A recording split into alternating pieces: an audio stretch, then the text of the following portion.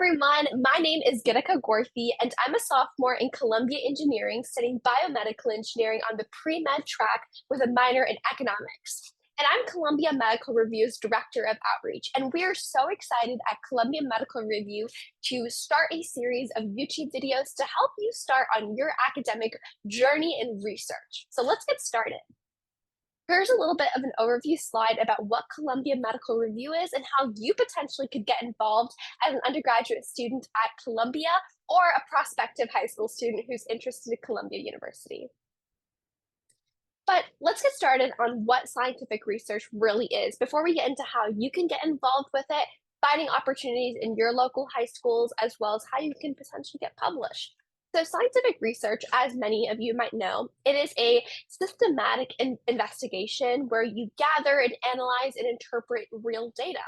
And you are doing this experiment in order to validate, to prove, or disprove a certain hypothesis.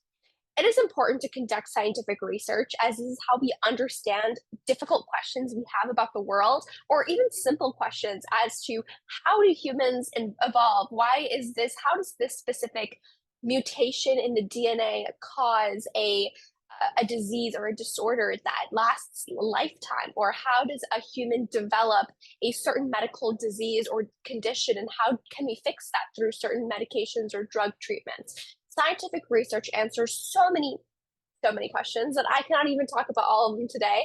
And it's to help answer the most challenging and most simple questions about how the world and how humans work.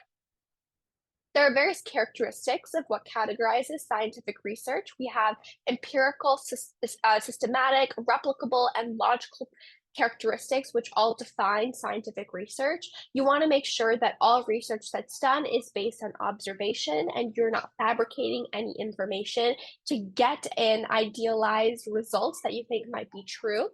We also want to follow a organized approach using the scientific method. So you want to make sure all of your procedures are systematic and follow a certain order. You also want to ensure that your experiment is replicable. You don't want it to work once and work differently every single time. You want to make sure your results are reproducible.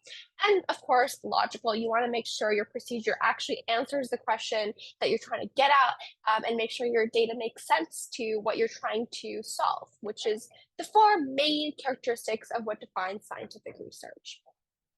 There are specific categories of scientific research that you potentially could get involved in.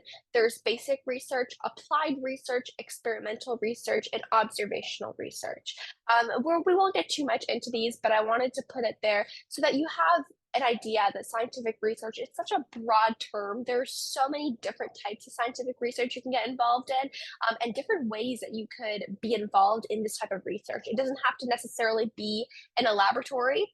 It could be on a computer. It could be through reading a bunch of peer-reviewed journals and having, an analysis of the research that's already been conducted. There are so many ways that you can do this type of scientific research, even if it's not directly in a wet lab. There are different fields of specifically the medical scientific research. As we are Columbia Medical Review, we focus a lot of our articles and journals that we write around various healthcare and medical topics of concern.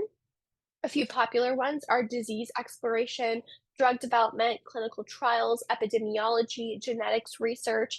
All of these, I think, are big umbrellas to millions. I was going to say thousands, but there's just so much happening around the world. So many questions in these five big umbrellas about to understand how the human body works, and how to expand medicine as we know it. So yeah, you can take a look at that. But really the bulk of this PowerPoint is not just to inform you about what scientific research is, but to equip you with the tools to be able to conduct research. And I think the biggest piece when you're talking about research is actually to conduct research.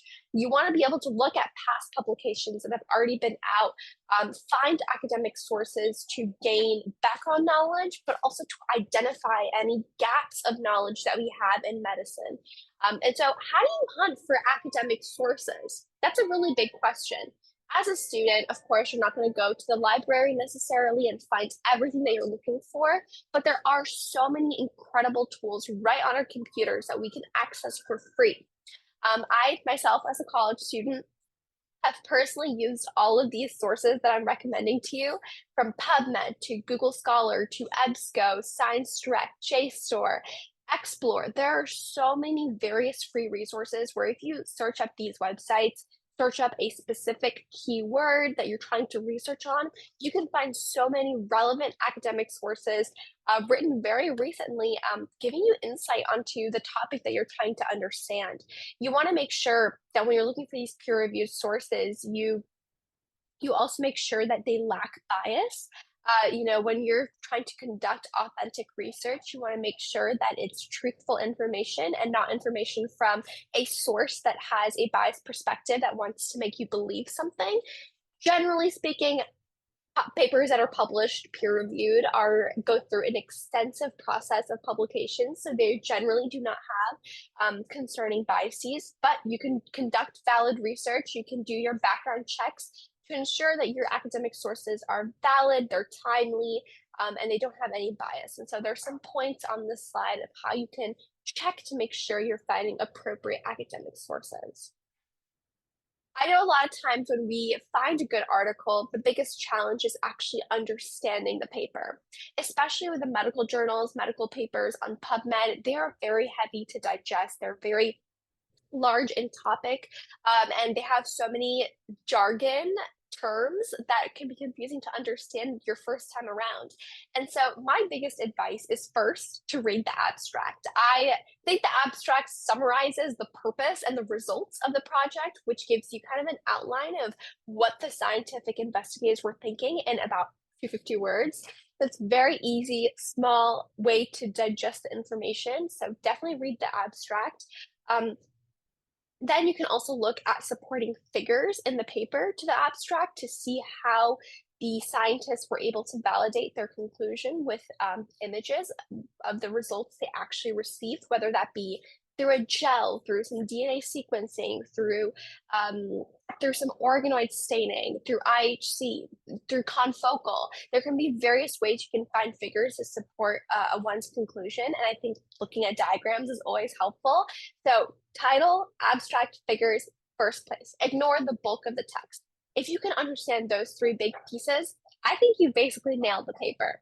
But if you want to get more into the detail because you want to find specific gaps or you want to understand the methodology, I would read the introduction, the conclusion, and methodology very carefully multiple times. I guarantee you're not going to understand everything your first time around. It's a very hard, dense paper, and you want to make sure you understand every term that's being there. So go line by line, make sure you understand every word that's in that line. Search things up if you have to, go into your little rabbit holes if you need to. Make sure you understand what the paper is trying to get at with each of the purposeful words they chose, and understand how they did the methodology of the experiment. If you want to find further sources on similar topics to that paper, I would definitely use the citations and references. They are great ways to understand what the field looks like for the particular topic you're researching about, to realize if this is a new innovative topic or if a lot of research has been done on it, if this is something you want to get involved in. So definitely skim and check out some of the reference sources that are cited throughout the paper. And so, yeah, these are some general pieces of advice in approaching a paper. I think the biggest one I'd give is read the abstract and look at the figures if you want to understand the bulk of the paper. Here's some advice on how to conduct independent research as a high school student or someone who doesn't have direct access to a laboratory. I think the biggest advice that I would give, you can definitely pause the video to read through some of the advice that members of the Columbia Medical Review have put down. But speaking from my personal advice on how to approach independent research, asking goes a very long way. Find a paper, find a professor who is near your local area, from your local universities near you, even if you're not in college yet, and reach out to them. Send them a cold email saying, "Oh, I read your paper on this topic. I really liked this specific thing that you're working on. Could we have a short Zoom call or in-person chat where I could learn a little bit more about your research?" And once you start that conversation, you could get a potential research opportunity at their lab once they see your excitement for the topic that they're working on. Of course, not everyone is going to get back to you. Cold emailing is definitely a lottery, but I will say there's power in numbers. So reach out to as many professors who fit your bill of what you're interested in researching on, and reach out multiple times if you need to. And I promise they'll at least respond to you agreeing for a short Zoom call, if not a research opportunity. So take advantage, reach out, cold emailing. It goes a very, very long way. There are different strategies for reaching out for research. Cold emailing is one of them. Going through teachers from your high school is another way.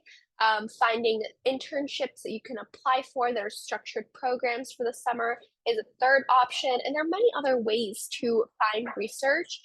And these are some advice compiled from various Columbia Medical Review members that you should pause and just read if you're looking for research opportunities. I think this is real advice. We're currently students looking for opportunities ourselves. I think this really goes to show ways you can get involved in research. If you have any specific questions on getting involved in scientific research, or you want to see examples of journal articles that we've written here at Columbia Medical Review, please do check out our Instagram at Columbia Medical Review. DM us with any questions you may have regarding research, getting involved in research, potentially even touring some labs here at Columbia University, getting to know the medical research that's happening on our undergraduate campus as well as the medical campus. We would absolutely love to support you on your academic research journey. So we're always open, and reach out if you have any questions. And I hope that this short little presentation was able to kind of give you that starting kick you needed to get involved in scientific and medical research in high school or any point in your career. Thank you, and I hope you learned something and took away something from this presentation.